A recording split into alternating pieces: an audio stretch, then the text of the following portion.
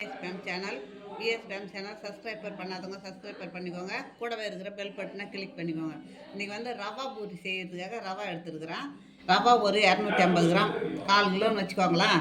250 gram எடுத்துருக்குறேன். நீங்கள் வறுத்த ரவா வறுக்காத ரவா எதை வேணாலும் நீங்கள் எடுத்துக்கோங்க.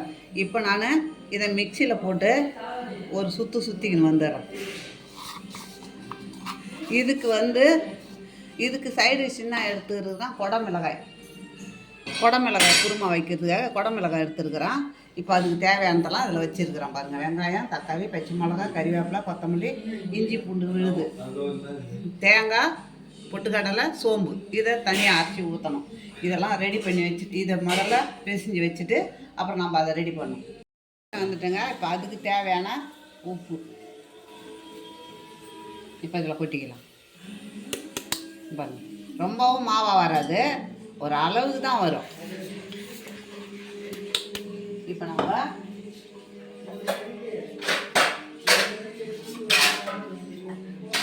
இப்போ தண்ணி ஊற்றி பெசரி இதை வச்சுட்டு முதல்ல குருமாவை ரெடி பண்ணும்.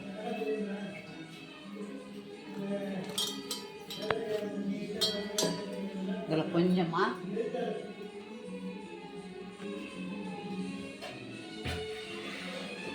ஒரு ஸ்பூன் எண்ணெய்,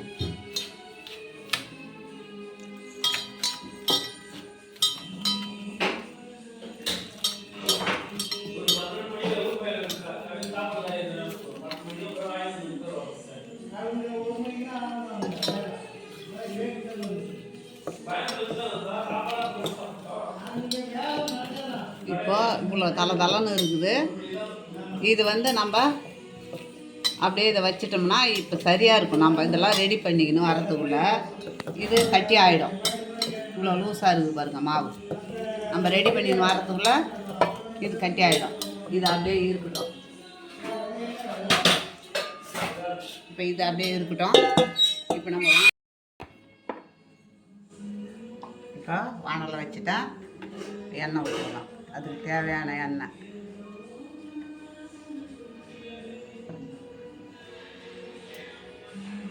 இப்போ நம்ம இதை ரெடி பண்ணுறதுக்குள்ளே அந்த ரவா இறுவிடும், கரெக்டாக ஆகிடும்.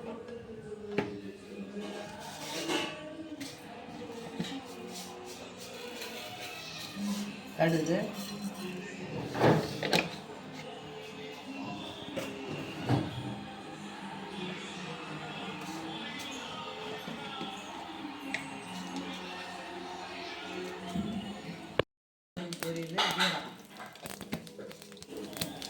கொஞ்சமாக பெருங்காயம்,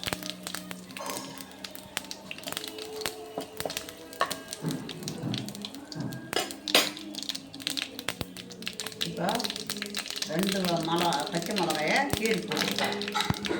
கடுகு நல்லா போட்டு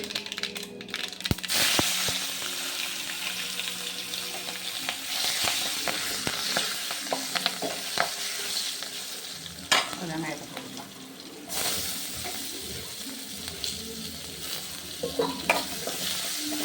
வெங்காயம் வதங்கிடுது. கறிவேப்பிலை, இப்போ இஞ்சி பூண்டு விழுது,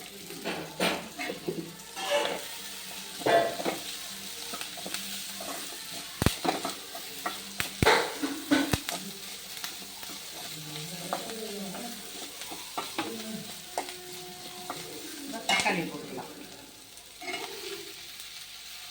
தக்காளி, இப்போ மஞ்சள் தூள், அதுக்கு தேவையான மஞ்சள் தூள், உப்பு போட்டுக்கலாம்.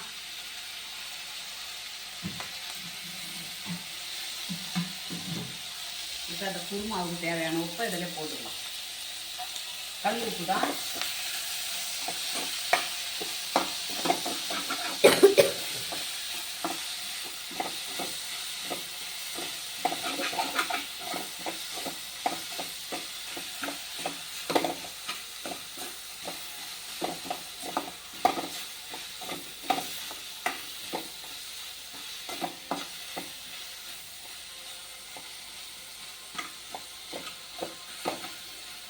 தக்காளி நல்லா வதங்கணும்.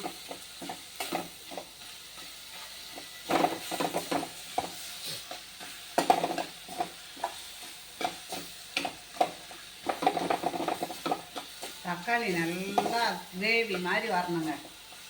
அப்போ தான் குருமா நல்லா இருக்கும்.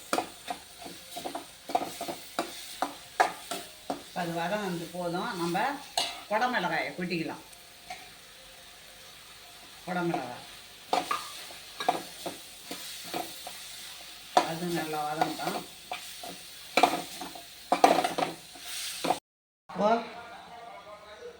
இப்போ கொஞ்சமாக காஷ்மீர் சில்லி, அதில் ஏற்கனவே நம்ம பச்சை மிளகா போட்டிருக்கோம். தேவையில்லாத காரம், பசங்க காரம் தான் சாப்பிட மாட்டாங்க. மல்லித்தூள்,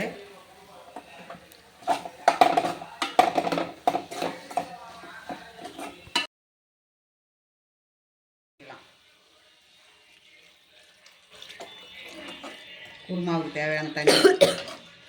இது நல்லா கொதிக்கிட்டோம். நம்ம அதுக்குள்ள நம்ம மிக்சியில் தேங்காய், வறுகடலை, சோம்பு, இப்போ தேங்காய் அரைச்சிட்டேன், ஊற்றிக்கலாம். தேங்காய், சோம்பு போட்டு கடலை.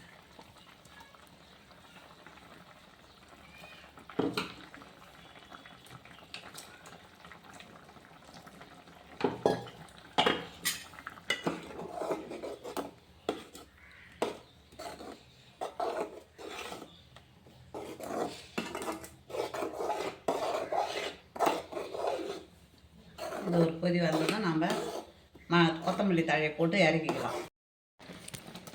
நம்ம மல்லி தழையை போட்டு இறக்கிக்கலாம். அவ்வளோதான்,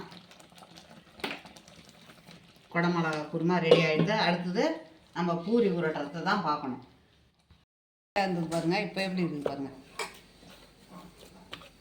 நல்லா ரவா ஊறிடுது.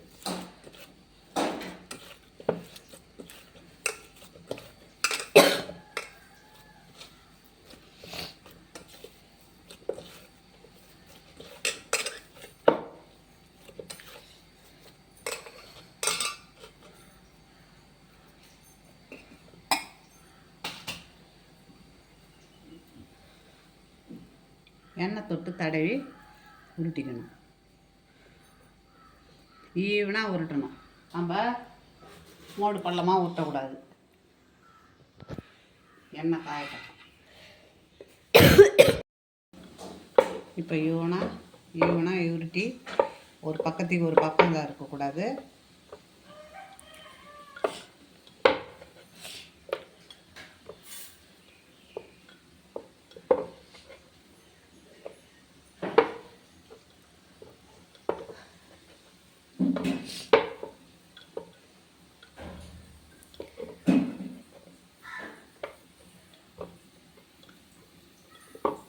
கொஞ்சமாக நம்ம போட்டு பார்க்கலாம்.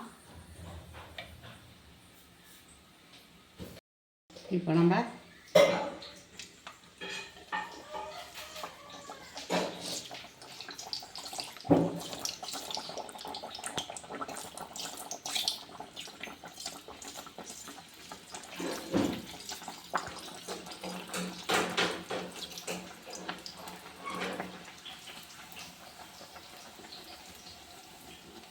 பாருங்க, பூரி மாதிரி வந்து பாருங்க.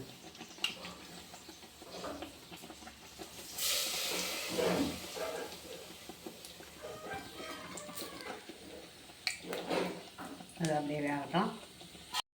இப்போ நம்ம இதை எடுத்துக்கலாம்.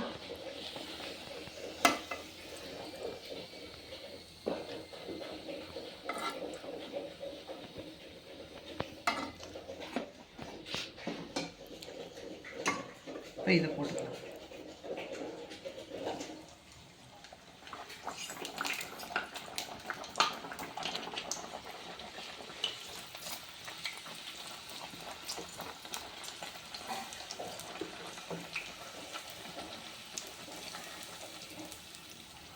பாருங்க எப்படி வருது பாருங்க.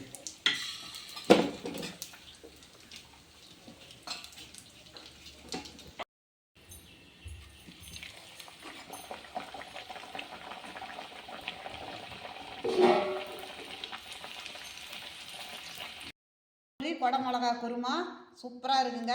நம்ம கோதுமை பூரி கூட இப்படி நல்லா பொசு பொசுன்னு இருக்காது பாருங்கள். இப்படி சூப்பராக இருக்கும். இதே மாதிரி பிள்ளைங்களுக்கு செய்து கொடுத்து அனுப்புனீங்கன்னா கப்பு காலியாக வரும்.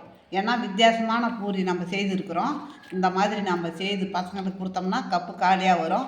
எனக்கு அது வேணாம் இது வேணாம் அந்த சாப்பாடு வேணாம் அந்த சாப்பாடு வேணாம்னு அடம் பிடிக்கிறாங்கல்ல, அவங்களுக்கு இது மாதிரி புதுசு புதுசாக செஞ்சு கொடுத்தோம்னா அவங்க நல்லா சாப்பிடுவாங்க. சூப்பராக சாப்பிட்டு கப்பு காலியாகவே எடுத்து வருவாங்க டிஃபன் பாக்ஸை. நீங்கள் இதே மாதிரி செய்து கொடுங்க. பிடிச்சிருந்ததுன்னா எனக்கு லைக் பண்ணுங்கள், கமெண்ட் பண்ணுங்கள், சப்ஸ்கிரைப் பண்ணுங்கள்.